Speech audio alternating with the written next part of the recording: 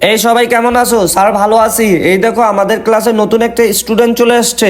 এখন থেকে ওই আমাদের সাথে ক্লাস করবে। আচ্ছা ঠিক আছে, হয়তো নতুন আইছে। কিরে পিচ্ছি, তুই আমাদের ক্লাসে আইছ, ভর্তি হইছ, তোর একটু মাইরা নেই।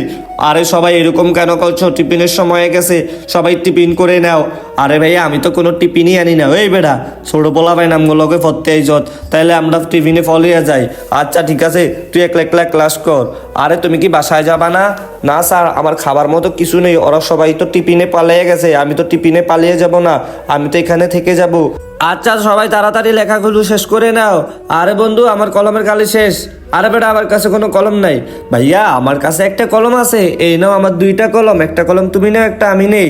আচ্ছা লেজারের সময় হয়ে গেছে, তাহলে চল সবাই টিফিন করে নেই। আরে তুমি কি টিফিন আনো নাই? না স্যার, আমি টিফিন আনি নাই। আচ্ছা চলো তাহলে আমার টিফিনটা আমরা ভাগ করে খাই।